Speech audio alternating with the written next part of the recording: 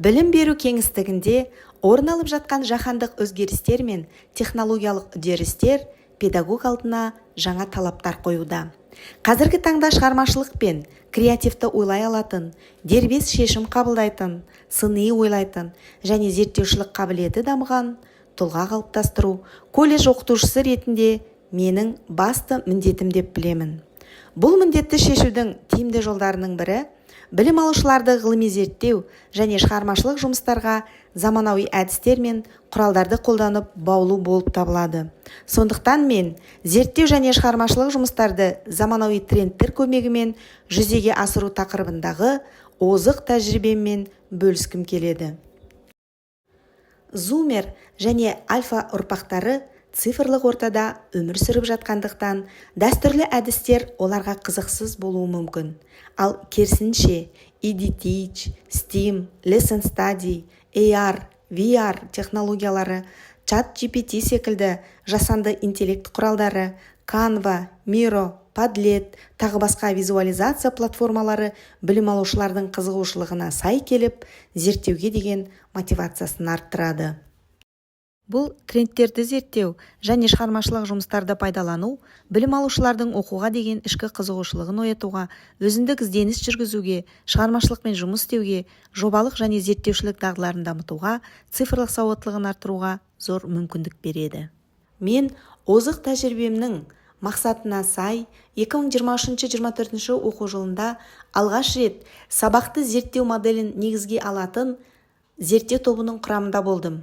Зерттеу сабағын өткізіп, бақылау жасап, нәтижесінде Lesson Study оқытуды басқару және бақылаудың тиімді тәсілі атты облыстық практикалық оқу семинарында жоғары дәрежелі сұрақ қою дағдысын дамытуға, сұрақ қою стратегияларын қолдану қалай әсер етеді атты зерттеу тақырыбында баяндама жасап, зерттеу сабағымды көрсеттім. Назарбаев зияткерлік мектептері дербес білім беру ұйымы педагогикалық шеберлік орталығы өткізген іс-әрекетті зерттеу және сабақты зерттеу білім беру мекемелерінде жүзеге асыру тәжірибесі тақырыбындағы 6-шы аймақтық конференцияда Lesson Study бойынша жинақталған тәжірибеммен бөлістім. Педагогикалық мәселе аясында қазіргі қазақ тілі пәні бойынша өздік жұмыстарды орындауға арналған тапсырмалар жинағы мен білім алушылардың шығармашылық және өздік жұмыстарын ұйымдастыру атты әдістемелік құрал жарияланды. Мен педагогикалық мәселемнің нәтижелігіне жету мақсатында 2023 жылы Павлодар қаласында өткен 10-шы республикалық Ахметов оқулары ғылыми тәжірибелік конференциясында колледж білім алушыларының ғылыми зерттеу жұмыстарын жүргізу формалары тақырыбында және Қанипа Бітібаеваның педагогикалық мұрасы атты халықаралық ғылыми тәжірибелік конференцияның тақырыптық алаңында білім алушыларды ғылыми зерттеу және шығармашылық жұмыстарға баулуда заманауи ғылыми зерттеу трендтерін қолдану тақырыбында өз тәжірибеммен бөлістім. Сондай-ақ Орал, Семей, Алматы қалалары техникалық және кәсіптік білім беру ұйымдары арасында өткен шеберлік сабағында Эдес конспект көркем шығармаға талдау жасаудың бір тәсілі тақырыбында ой бөлісе отырып, заманауи трендтер арқылы интерактивті постерлер, анимациялар, комикстер, эссе-конструкторлар жасауға болатыны турасында ойыммен бөлісіп, өзара тәжірибе алмастым.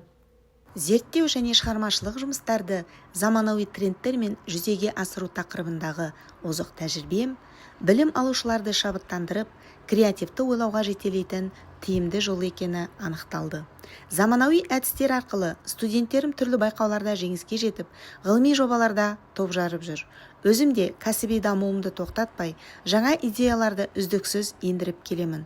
Бұл ортақ жетістіктің жемісі. Сондықтан да менің ұраным ізденіс тоқтамаса, тәжірибе жалғаса береді.